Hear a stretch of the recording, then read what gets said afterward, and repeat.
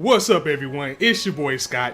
Welcome to the Scott Reports. Today we're here to talk about Lostorage Conflated WIXOSS episode 12, which is the series finale of WIXOSS as a whole. And I missed pretty much the entire second half of this series, but because I've already started doing videos for the series, I wanted to drop in at least for the finale and give you guys my thoughts about the finale and the series overall, as it all comes down to this: a battle between Kiyoi and Eternal in the White Room, the room that started all with all of the memories of the disintegrated memories, at least, of the selectors manifested within the coins. Kiyoi fighting to make a new law and to get rid of the darkness by shining a whole new light. But before she does that, it's time to duel. But we're not dueling with cards, no, because you remember a big part of this season was actually the LRIGS taking form and doing battle themselves. So the final battle we got with Kiyoi and Eternal was a battle of their abilities themselves, because technically, they are LRIGS, and that was an interesting thing that they put into the season, kind of going away from the card game and making it more about the actual physical fights, because you saw characters like,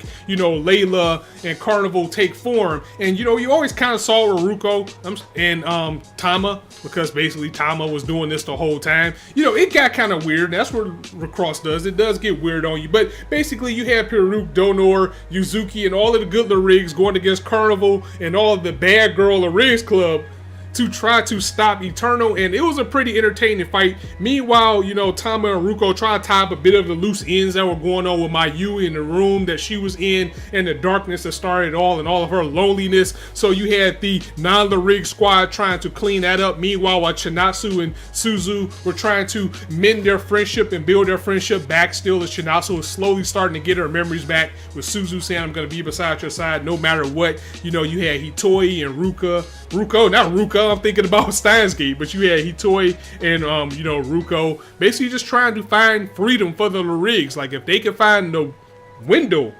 not the door, to get out, then they can all be free, and all of this can finally come to an end. And that's what Kiyoi has been trying to do since the very beginning of this series, and quite some time, because as I spoke to before in my other videos, this whole season was focused on Kiyoi just wanting to make things right for all the pain that she's caused these people, because she has a lot to do with the selector games. So her getting over all of that was just a big thing that she needed to do, and she finally got to do it. And I must say, this was a very refreshing finale. And with the power of love, understanding, and peep and analyze, the White Room was destroyed. Memories were returned. LRIGS who were human and in prison went back to normal. Kiyoi, who was the herald of all this darkness, just like I was saying, was able to turn everything around and bring lightness back. And even Akira, you got a little bit of what I would really want to say redemption for Akira, but you gotta step in the right direction with her, as now her scar is actually going on her face, and actually with her being, I don't know, dead in prison or whatever happened to her, I'm sorry,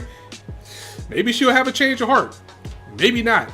But the fact of the matter is, everything that was built is finally destroyed, and they managed to resolve 3 seasons of this series. It was 3 seasons of manga, and all of that is based off a card game, and they was able to wrap it up in 1 season pretty well. So I have to clap my hand for that. This was a very entertaining series, and I'm glad I got into it overall. And JC's staff always goes in with whatever they bring to you, so they did a good job on this series as well. As far as the music, the feel, the animation, the character designs, it's just a beautiful series to watch, especially when they were having their duels and their battles, and just some of the scenery that they have. Carnival was a very boss design. Like, if I can get a figure of that, that would be awesome, because she just looked totally cool.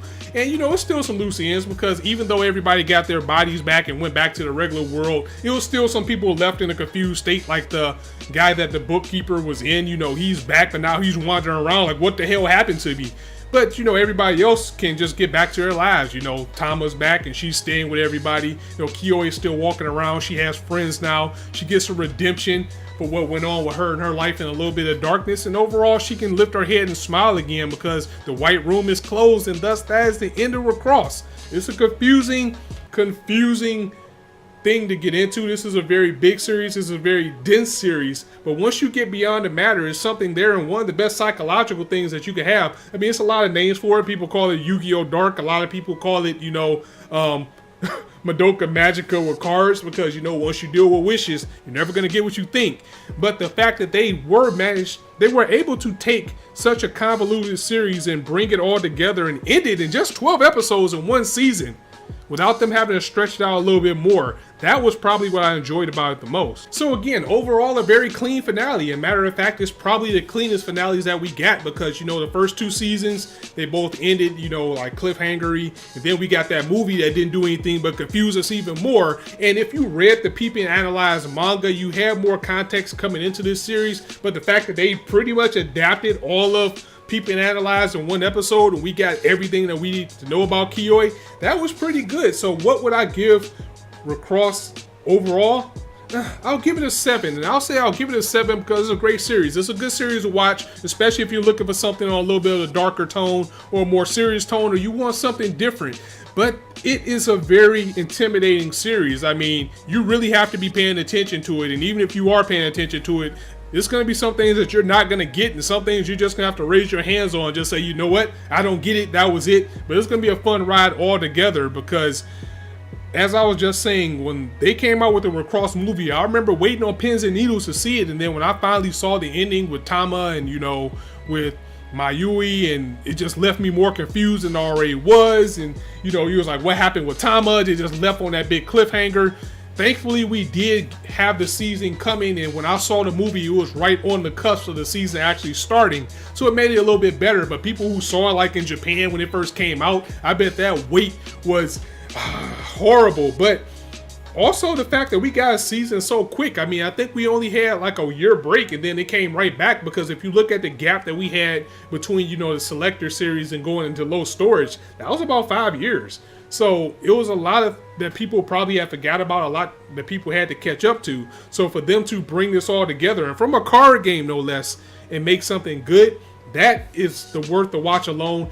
Also, that kind of, you know, gives me the feel of Rage of Bahamut. Rage of Bahamut is made off of a card game, but they managed to make one of the best fantasy series that I've ever seen next to Lodoss War. So there's that. So yeah, that's my recommendation. That's my score for Recross overall. I'm gonna give it a solid 7. So that means it's worth your time for sure. It's like not like it's trash.